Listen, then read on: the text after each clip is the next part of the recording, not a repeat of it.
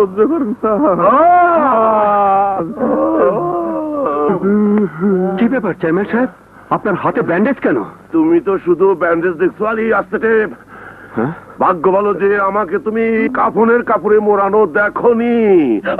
তার মানে চাঁদাবাজদের হাত থেকে উদ্ধার করে বস্তির জন্য যে মাল তুমি পাঠিয়েছিলে, ও পুলিশ দত্তরিকা, ডাকাতরা সব মাল লুট করে নিয়ে গেছে। কি বলছেন আপনি? বাধা দিতে গিয়ে আমার এই অবস্থা। ডাকাতদের কাউকে চিনতে পেরেছেন? আমি চিনলে কি হবে, যে চিনলে কাজ তো তাকে পর্যন্ত বলিনি। মানে তোমাদের রেশমা, সে সে যে কাগজে লিখবে সে পথ বন্ধ হয়ে গেছে। আমরা কিরণের কাছে এসেছি, আমরা ওর আপনজন। ও আসুন আসুন আসুন। আপনাদের আচার আচরণ, কথাবার্তা সবকিছু এই পৃথিবীতে কিরণের একমাত্র আপনজন মানে নিয়ারেস্ট হচ্ছে আমি। আর আপনারা কোত্থেকে উড়ে এসে আপনজন সেজে একেবারে ঘরের মধ্যে ঢুকে পড়েছেন। তুমি কিরণের কেমন আপনজন মা? অবশ্য এ ব্যাপারেও এখন আমার সন্দেহ হচ্ছে।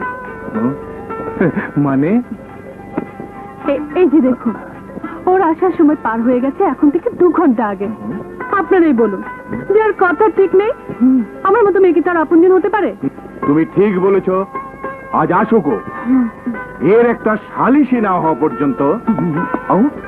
মা, মামা, কিরণ, এই এতক্ষণ তোমার বুদ্ধি আসার সময় হলো? মা, মামা, দেখেছেন এখন শুধু ম্যামে করছে। মা, মামা, তুমি কখন আসলে? আমাকে একটা খবর দিলে না? কি মা, তোমার কপালে কি হয়েছে? ও কিছু না মা, মামা। হ্যালো, হ্যাঁ মেয়ে, দাঁড়াও দাঁড়াও বলছি। এদিকে এসো, এদিকে এসো, এসো বলছি, এসো। মানে মামা, ও হচ্ছে আমার সারা মেয়ে বৃষ্টি। বৃষ্টি? জি জি মামা, বৃষ্টি বৃষ্টি বৃষ্টি। হ্যাঁ মামা, হ্যাঁ বৃষ্টি বৃষ্টি। জি জি। তাতে তোর কি লাগে? লাগে। তুমি ভয় পেও না মা, তুমি হচ্ছ গিয়ে আমাদের সংসারের প্রচন্ড খরায় এক ফোঁটা বৃষ্টির শীতল পরশ।